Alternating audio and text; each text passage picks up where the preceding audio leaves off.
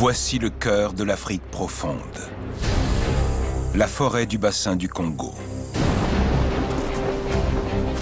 Cette jungle est également connue sous le nom d'enfer vert. Elle abrite une foule d'animaux, tous plus dangereux les uns que les autres. On trouve ici des poisons parmi les plus mortels du monde.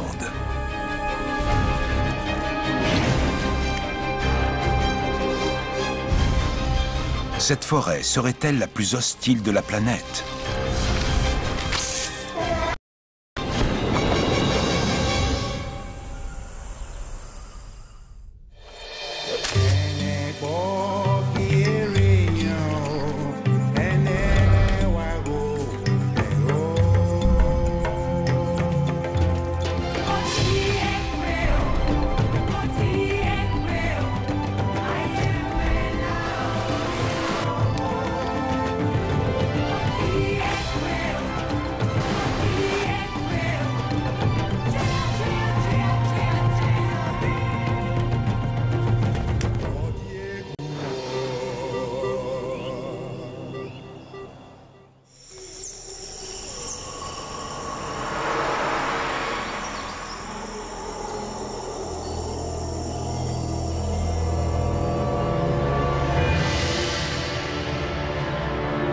De par sa superficie, la forêt du bassin du Congo est le deuxième massif forestier du globe après l'Amazonie.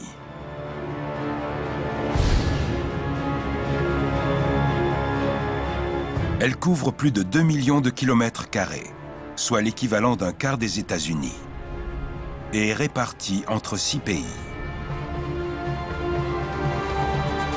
Un tapis de verdure qui s'étend à perte de vue.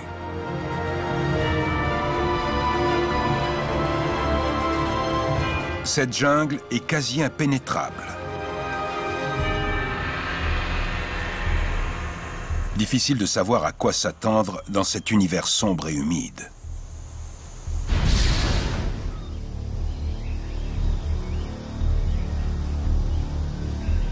Ici, les arbres dominent le paysage.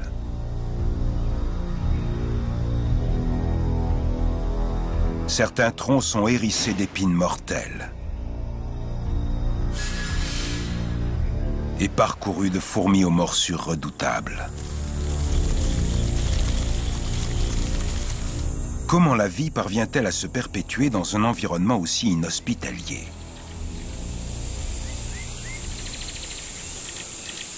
Ici, les espèces doivent saisir la moindre occasion qui se présente à elles.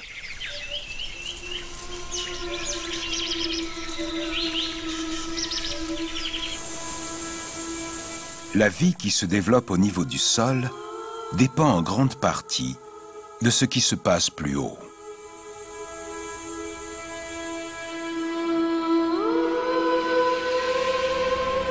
Le soleil est le moteur qui alimente ce formidable écosystème. Les arbres se dressent vers sa lumière, culminant à plusieurs dizaines de mètres de hauteur.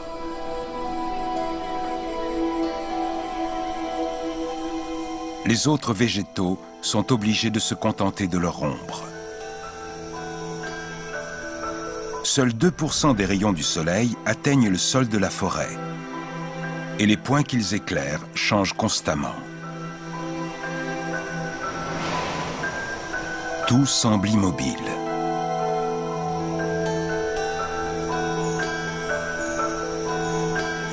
Pourtant, la Terre fourmille de créatures tout droit sorties d'un film d'horreur. Des colonies de 20 millions de fourmis légionnaires patrouillent sur la couche d'humus, semant la mort sur leur passage.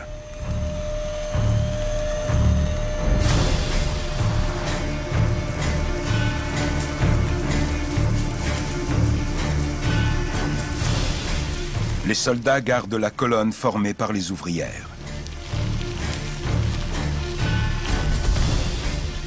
Ces fourmis totalement aveugles se déplacent en suivant la piste odorante laissée par les éclaireurs. Lorsqu'elles rencontrent une proie de petite taille, elles la dévorent. Elles s'attaquent à tous les animaux qu'elles croisent sur leur chemin et découpe les plus gros en minuscules segments facilement transportables.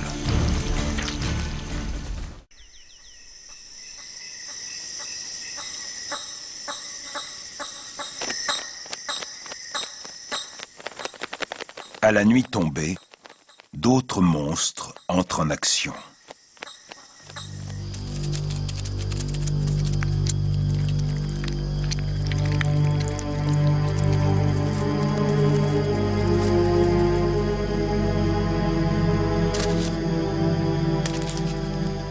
C'est l'heure des arachnides.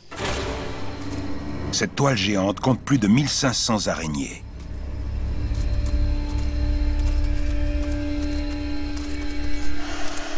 Leurs déplacements synchronisés ne sont pas sans évoquer une sorte de danse macabre. À la moindre vibration de leur toile, elles se ruent pour voir ce qui s'est pris dans leur filet.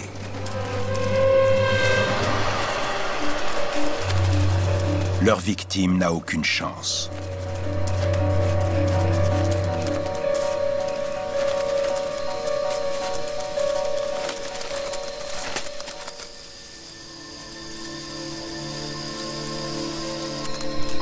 Les araignées vivent rarement en groupe, mais celles-ci ont opté pour un mode de vie communautaire afin de ne pas avoir à entretenir de toiles individuelles constamment détruites par le passage d'autres animaux ou la chute de végétaux. En se regroupant pour former une seule et unique gigantesque toile, elles ne passent plus tout leur temps en réparation.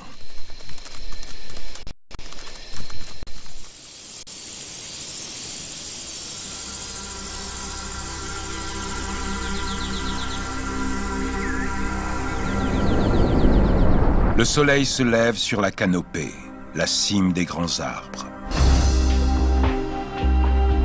Cette canopée s'élève à une 50aine de mètres du sol.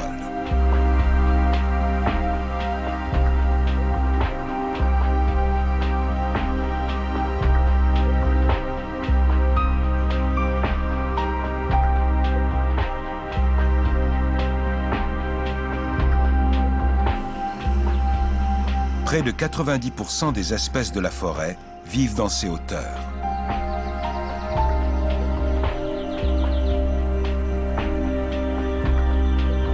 Mais cet univers est impitoyable. Pourtant, les singes s'y sont parfaitement adaptés.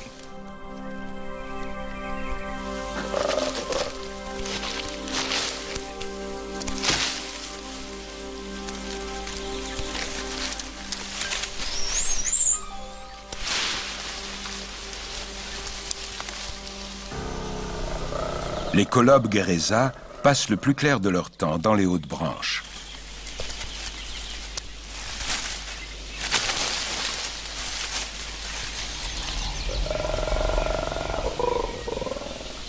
Baignée de lumière, la canopée est la partie la plus productive de la forêt. Ces feuilles d'apparence très banale sont en fait bourrées de toxines, parmi lesquelles des tanins, de la strychnine et du cyanure.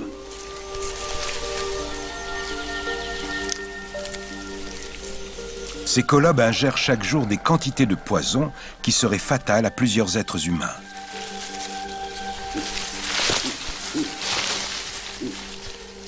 Au fil de leur évolution, ils ont développé un estomac à plusieurs poches, dont les bactéries sont capables de venir à bout des toxines des feuilles.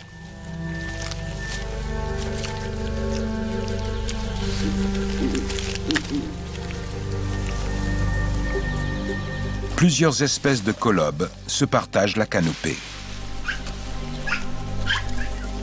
Le colobe rouge, grâce à son poids plume, peut s'aventurer sur les branches fines pour y trouver des feuilles plus tendres.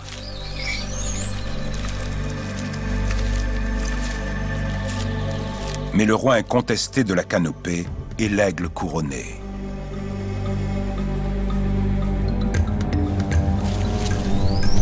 En hauteur, les singes sont particulièrement exposés à ce redoutable oiseau de proie.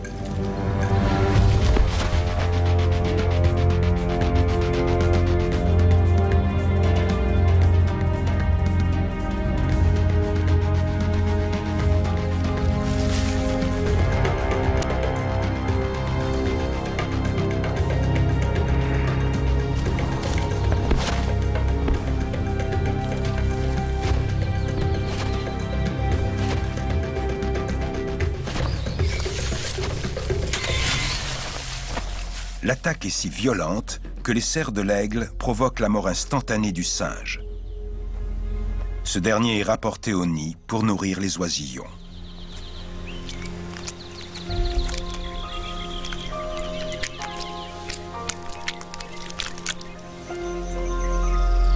Depuis son aire, il a une vue imprenable sur la forêt.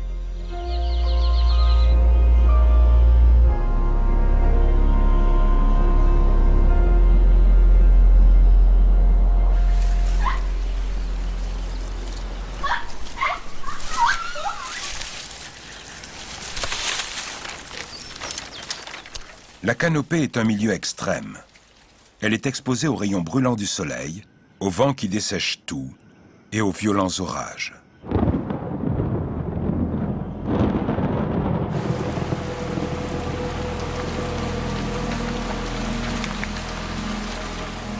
Les trompes d'eau qui s'abattent alors ont des répercussions considérables au sol. Les pluies diluviennes provoquent des inondations meurtrières.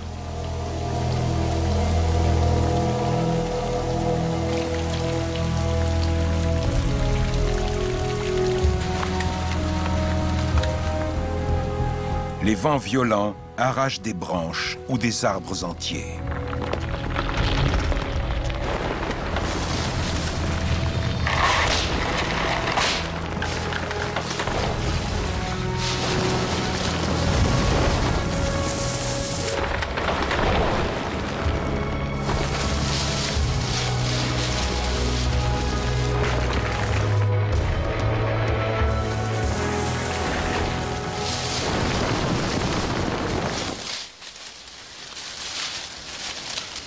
La chute de ce géant constitue une véritable aubaine. La lumière qui pénètre à flot dans la clairière va créer une explosion de vie. Les plantes en sommeil entrent en action. Buissons et lianes se livrent à une compétition effrénée pour occuper l'espace avant qu'une nouvelle génération d'arbres ne voie le jour.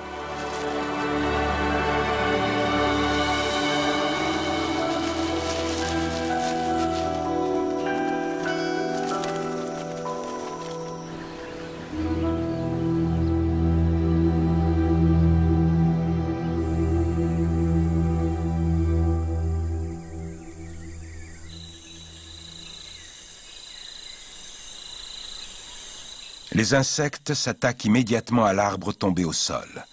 Les fourmis entreprennent d'y creuser des galeries.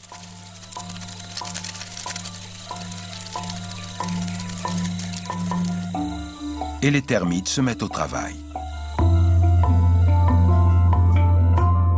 Comme ils sont incapables de digérer directement le bois, les termites ont mis au point un ingénieux procédé.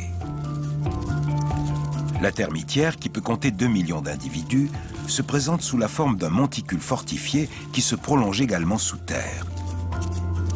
Ici, les termites cultivent un champignon capable de dégrader le bois. Et c'est de ce champignon qu'ils se nourrissent.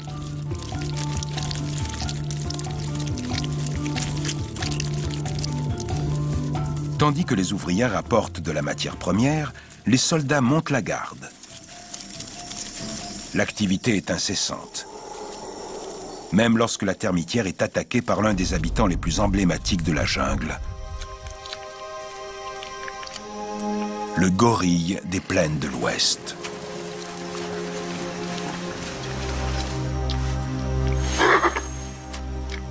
On pensait autrefois que les gorilles étaient exclusivement végétariens.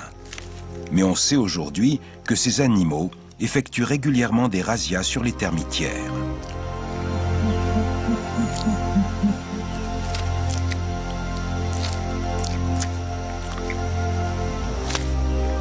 Les jeunes, peu patients, ne récoltent pas grand-chose.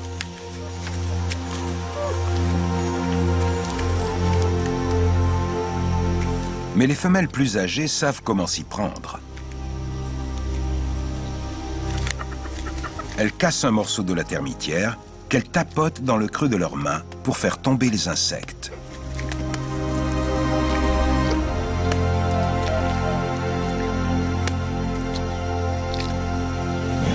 Finalement, les jeunes vont prendre une leçon auprès de leurs aînés.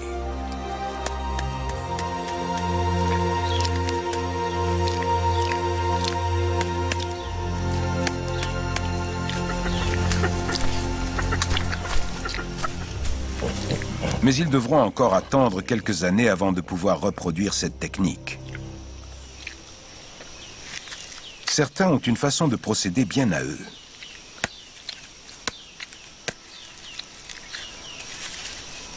Les chercheurs se sont aperçus que les gorilles passaient plus de temps à manger des termites que tout autre aliment. Sans doute parce que ces insectes sont une importante source de protéines, de minéraux et de matières grasses que les grands singes auraient bien du mal à se procurer autrement.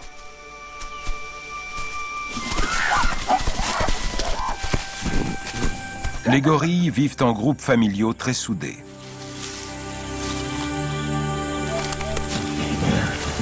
Chaque groupe a à sa tête un mâle adulte reconnaissable à son dos argenté.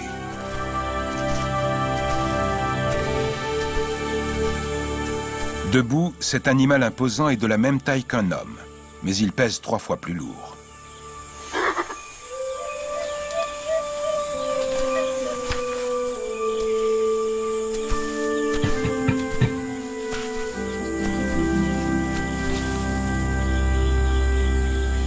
Lorsqu'ils ne mangent pas de termites, les gorilles se régalent de fruits. Leur régime alimentaire en comporte plus d'une centaine de variétés différentes. Et lorsqu'ils découvrent un figuier à maturité, c'est un véritable festin. Les femelles montent directement prélever les figues à la source. Ce mâle d'un rang inférieur a de la chance.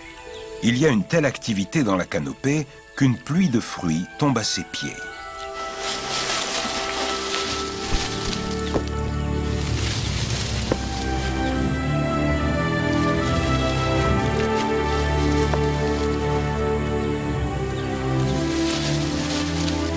Il vérifie que chaque figue est mûre avant de la manger.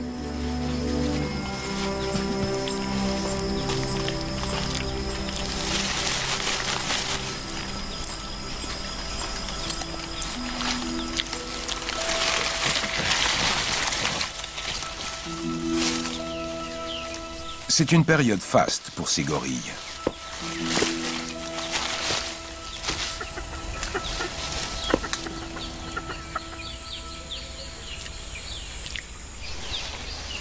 Après s'être gavés de figues, les adultes font la sieste sous l'écrasante chaleur de l'après-midi.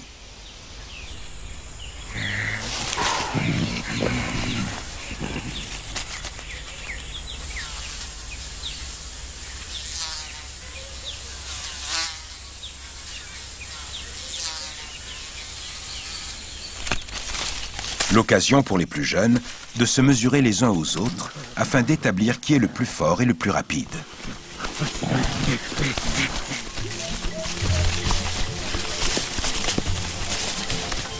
Comme leurs cousins humains, les petits gorilles grandissent lentement. Ils ont beaucoup à apprendre.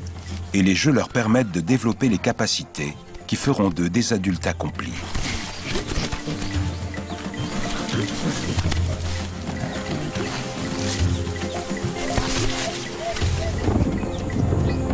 Ils devront notamment apprendre à se protéger des caprices du ciel.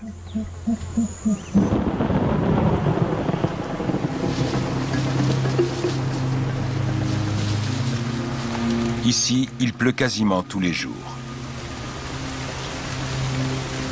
La zone possède un climat typiquement équatorial. De terribles orages peuvent survenir à tout instant. Certaines régions reçoivent ainsi plus de 2 mètres de pluie par an.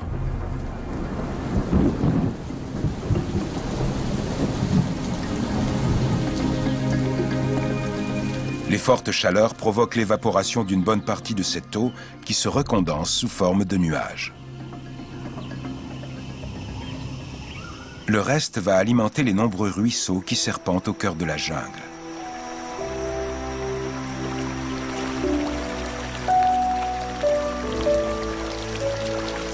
Ces pluies façonnent également le relief. créant des refuges pour les habitants les plus timides de la forêt.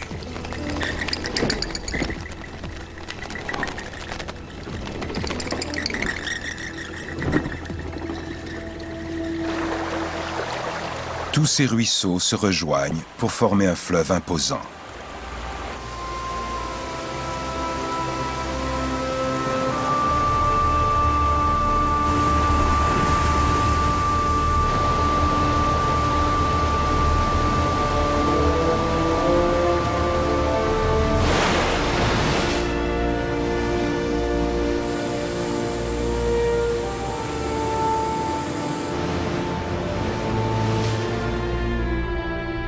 Surnommé le fleuve qui dévore tous les autres, il s'étend sur près de 5000 km, du Grand Rift est-africain jusqu'à l'Atlantique. Alimenté par un réseau tentaculaire de cours d'eau, le fleuve Congo et ses affluents ont modelé la forêt, érigeant des barrières naturelles pour de nombreuses espèces.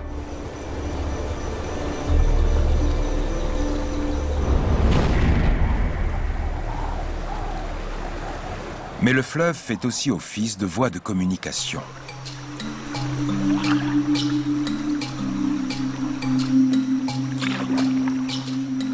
Les Sanga-Sanga sont les maîtres de ces cours d'eau. Ici, ils trouvent tout ce qui est nécessaire à leur survie.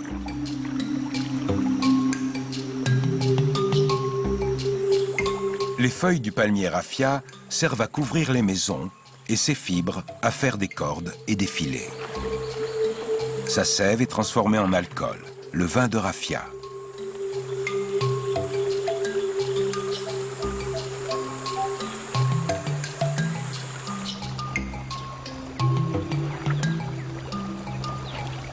Ces eaux poissonneuses fournissent aux hommes une nourriture abondante.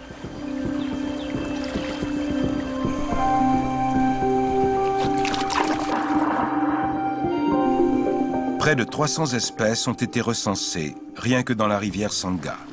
Dans toute la région, elles sont plus de 700. Et 80% de ces espèces ne se trouvent que dans le bassin du Congo.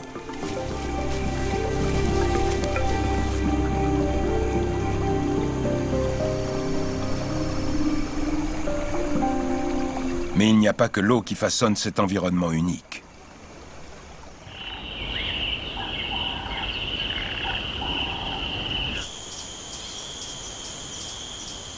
D'étranges sentiers sillonnent la forêt.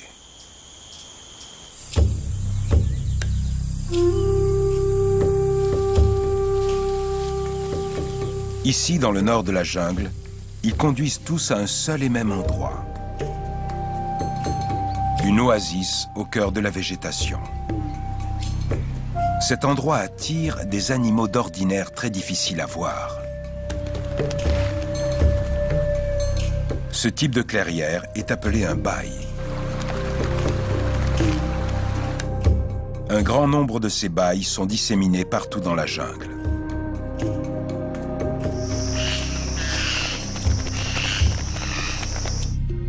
Au sud de la République centrafricaine se trouve l'un des plus grands, le bail de Dzanga.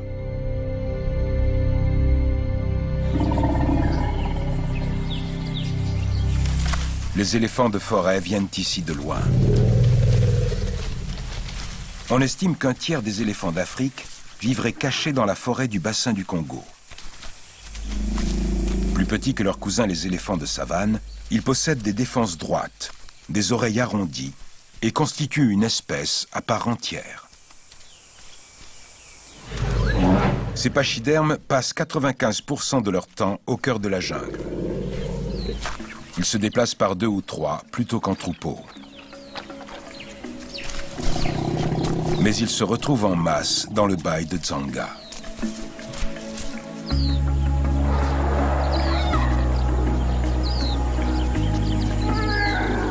C'est le seul endroit de la forêt où on assiste à un rassemblement d'une telle ampleur.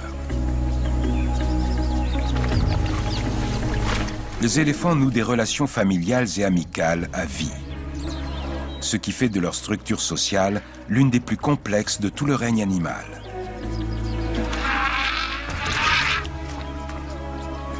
Pour des individus qui s'étaient perdus de vue depuis longtemps, c'est l'occasion de renouer des liens. Plus d'une centaine d'éléphants peuvent passer par cette clairière chaque jour.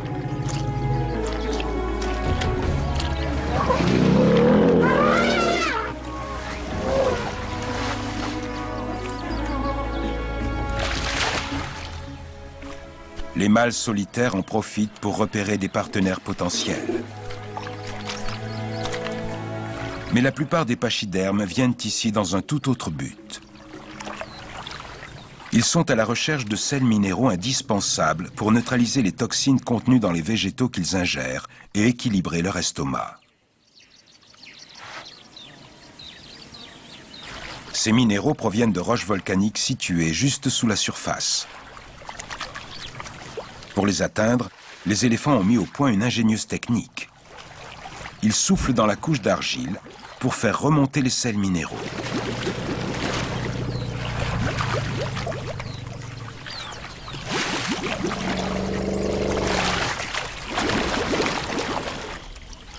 Il ne leur reste plus qu'à aspirer le mélange boueux et à le porter à leur bouche.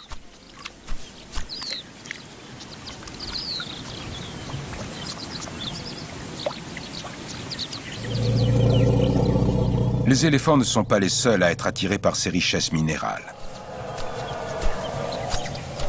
Ce bongo et ce fragile sitatunga viennent se désaltérer ici après leur repas. Les sitatungas sont de bons nageurs et ils n'hésitent pas à se jeter à l'eau pour échapper au léopard.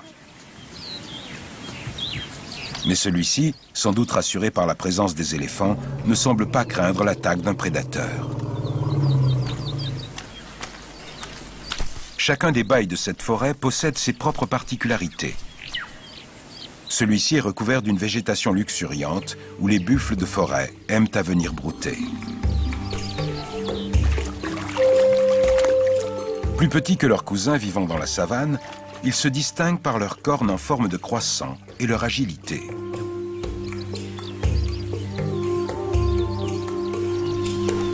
Ils apprécient tout particulièrement la richesse et l'accessibilité de cette clairière.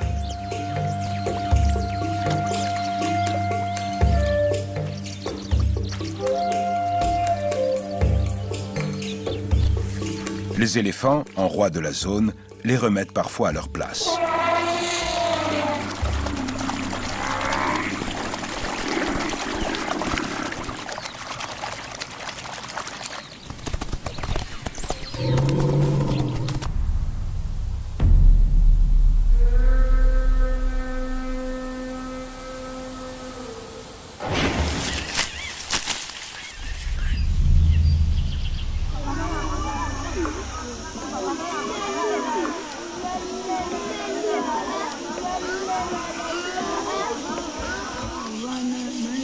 Les pygmées Bayaka sont les plus anciens habitants de la forêt.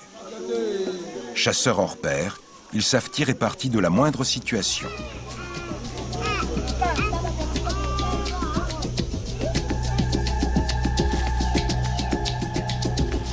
Ce Bayaka est l'un des chasseurs les plus émérites. Il connaît la forêt sur le bout des doigts.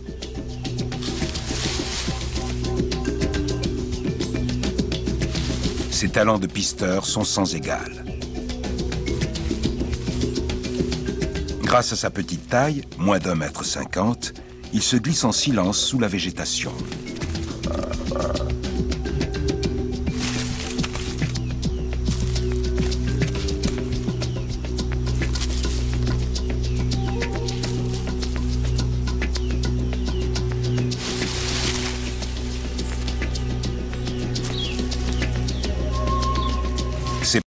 Séparé du reste de son groupe et occupé à manger, ce mangabé fait une cible toute désignée.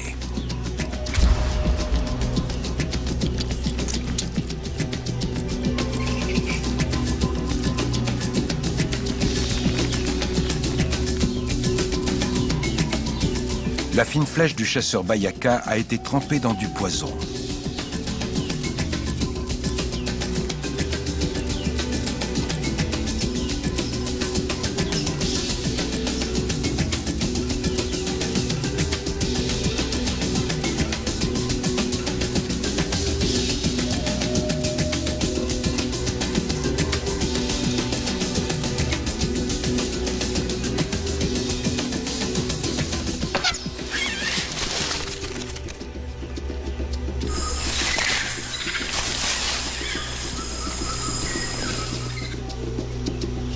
La substance mortelle peut mettre 1 heure à agir.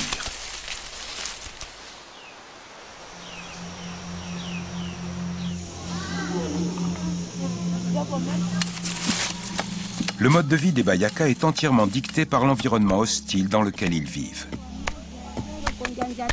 La jungle n'abrite pas seulement une foule de plantes et d'animaux venimeux. On y trouve également des maladies parmi les plus meurtrières de la planète. Le paludisme, l'onchocercose et les terribles fièvres hémorragiques dues au virus Ebola. Pourtant, ce peuple parvient à survivre ici. Les plus exposés sont les enfants.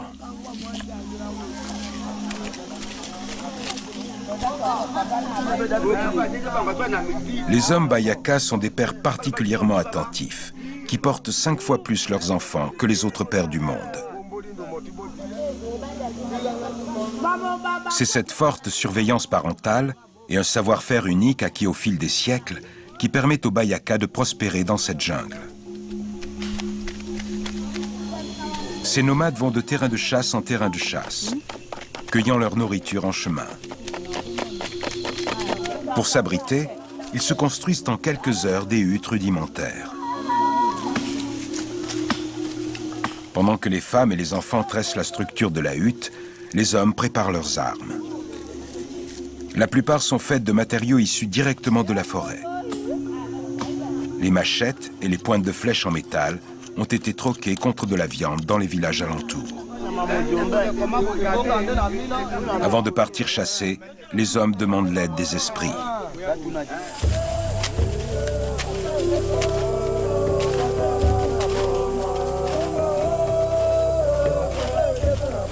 Voici le Makoussé, la cérémonie de l'arbre. Les Bayaka invoquent son esprit afin que leur expédition de chasse soit fructueuse. Ces pygmées vivent en harmonie avec la forêt depuis des milliers d'années. Et ils savent que les entailles qu'ils pratiquent dans l'arbre ne l'endommageront pas.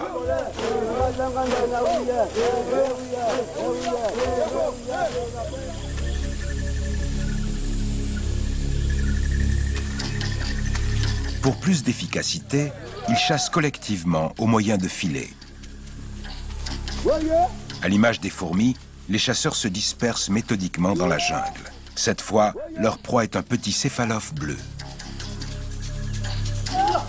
Pour ce type de chasse, il faut au moins 20 hommes, chacun avec son propre filet. Ensemble, ils forment un cercle de plusieurs centaines de mètres de diamètre.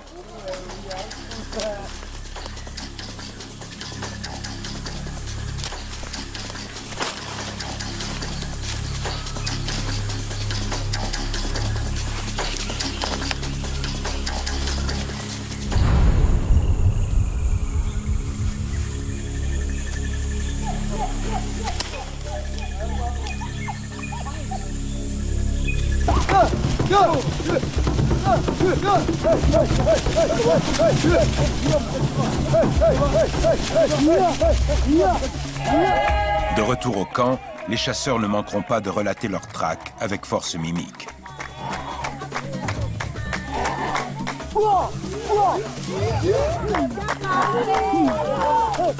La battue ne dure que quelques minutes.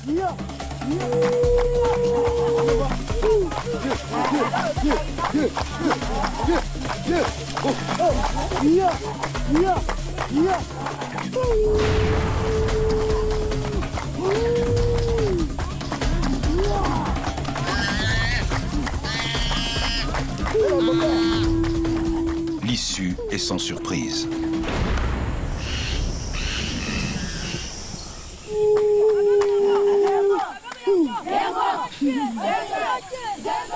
Ce petit céphalophe ne nourrira pas grand monde. Les hommes doivent donc se remettre en chasse. Ils avancent dans la forêt, tendant leur filet chaque fois qu'ils repèrent une proie. Cette fois, ils ont capturé un céphalophe du Natal, un animal plus conséquent.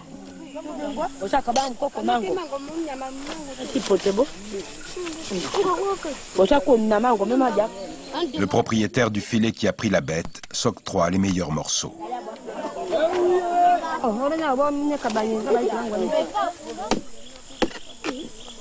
Pendant ce temps, d'autres membres de la tribu eurent leur connaissance ancestrale pour débusquer les trésors cachés de la forêt. Cette tortue fera un mets de choix. Rien ne sera perdu.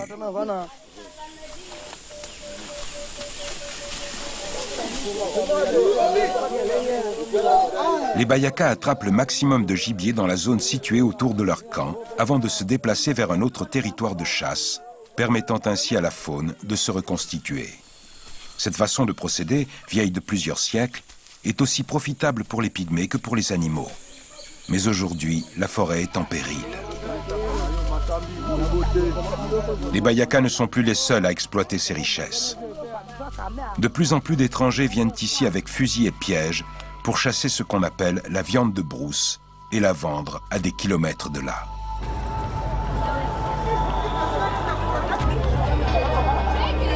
Dans tout le bassin du Congo, ce commerce se développe et fournit 80% de la viande de la région.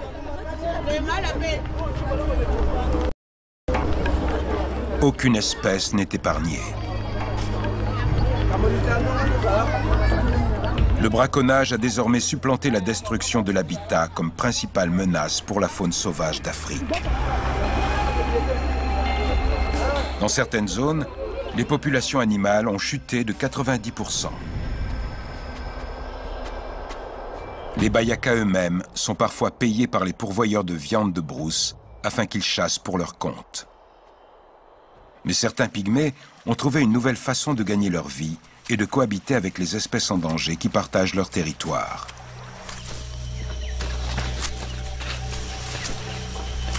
Ces Bayakas participent à l'un des projets de protection de la réserve Dzanga-Sanga. Ils sont sur la piste d'une famille de gorilles.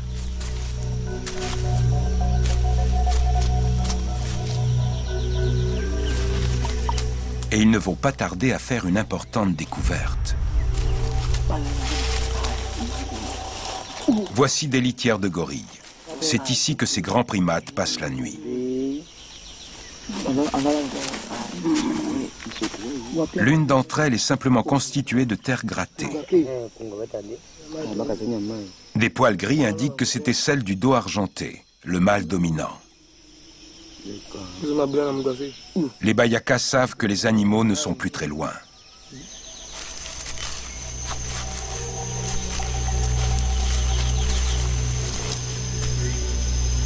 Puis, une empreinte de main. L'écorce d'un fruit mangé il y a quelques minutes à peine. Il leur faut redoubler de prudence.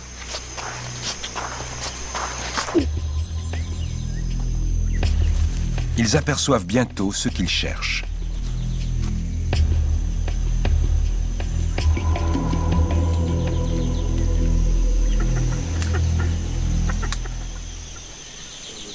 Les pygmées émettent des petits claquements de langue pour rassurer les singes et leur indiquer qu'ils n'ont pas d'intention belliqueuse.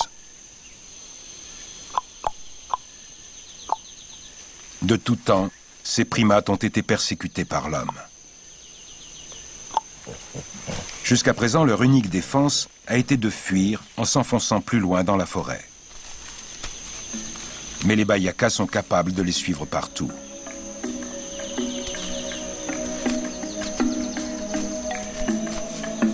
Ils ont gagné la confiance de toute cette famille, y compris du dos argenté.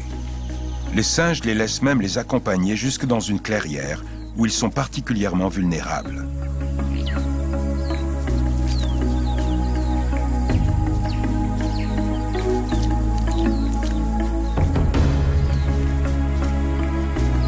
Les pisteurs suivent ce groupe tous les jours depuis 10 ans.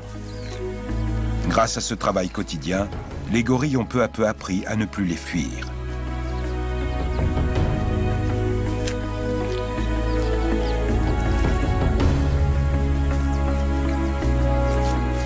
Les deux hommes connaissent tous les membres de la famille, ainsi que le caractère de chacun.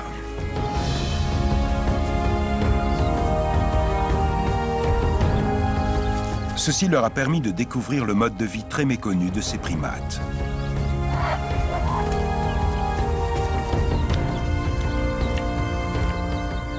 Grâce au savoir-faire des Bayaka, les scientifiques ont désormais une occasion unique d'étudier ces grands singes qui comptent parmi nos plus proches parents. La réserve Dzanga-Sanga attire également des visiteurs qui financent la protection de ces animaux et de la région tout entière.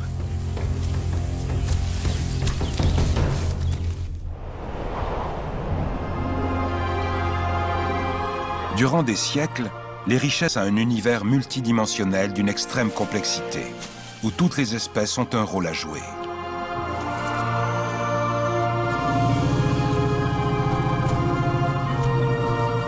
Le soleil et les pluies tropicales ont créé un foyer de biodiversité unique au monde. Dans cet univers impitoyable, les espèces ont mis au point des stratégies de survie hors normes. Mais l'homme menace sans cesse le fragile équilibre de cette région. Pour l'heure, la forêt du bassin du Congo abrite toujours la plus grande diversité écologique de toute l'Afrique. Et une chose est sûre, cette jungle a encore bien des secrets à nous révéler.